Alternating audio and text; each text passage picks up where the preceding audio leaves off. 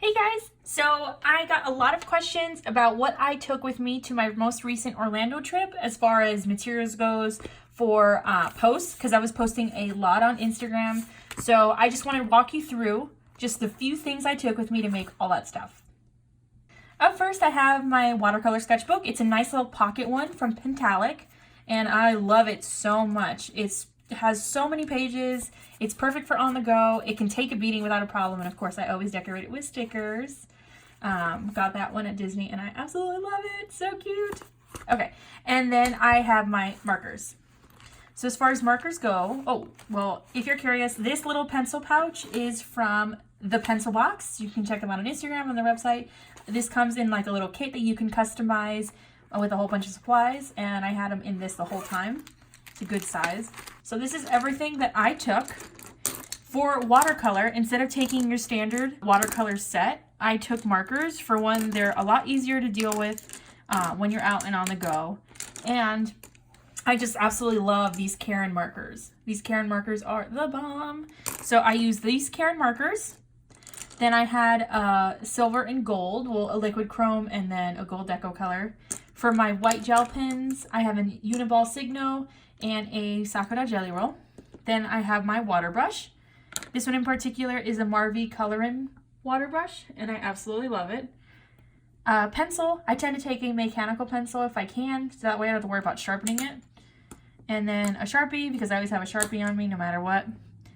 I love this pen, brush pen so much. It's a Tombow, like, twin tip. It has two twin brush tips, one in gray, one in black. These is excellent for doing shadows and all that stuff, which I did a lot of. And then the star of the show, which is the one I did all of the black, like, monoline stuff with, is this Kuretake Fudegokochi, like, hard tip pen.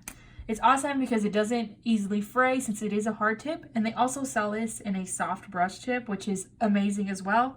But for the monoline, I use this guy. Then, besides the sketchbook, the one last thing I would need is this little sheet of paper. So this is palette paper, which I got from Hobby Lobby, and it's basically so you can add your paints onto. It's like a disposable palette, but it's perfect for markers as well, because if you guys have seen most of my videos or any of my tutorials, when I do watercolor, I tend to use a marker to expel the ink on paper. You then pick it up with a water brush, and then you just go ahead and paint.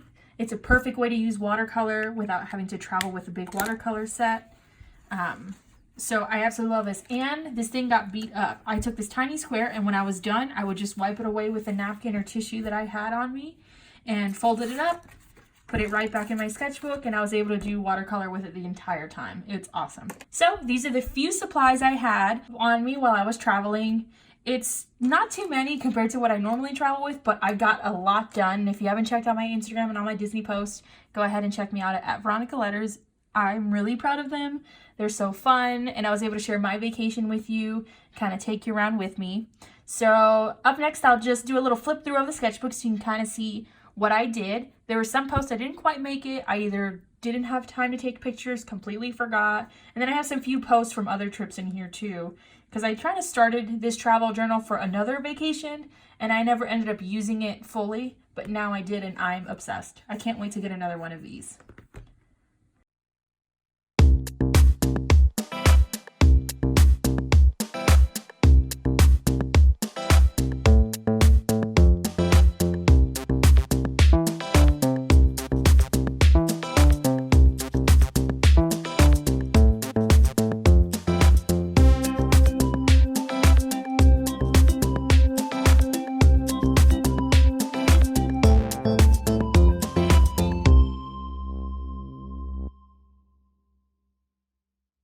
And one more thing before we go, my last page of every sketchbook typically is just a tester. So this is a way for me to test different brushes, watercolors, and things. So the last page is always a mess.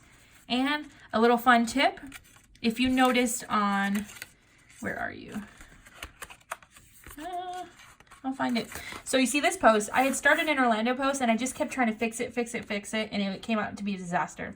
So instead of getting frustrated and staring at something that I hated every time I opened the sketchbook, what I do is, especially in watercolor, it's really easy to do, is I then just kind of wash it out and I kind of layer upon layer once it starts drying.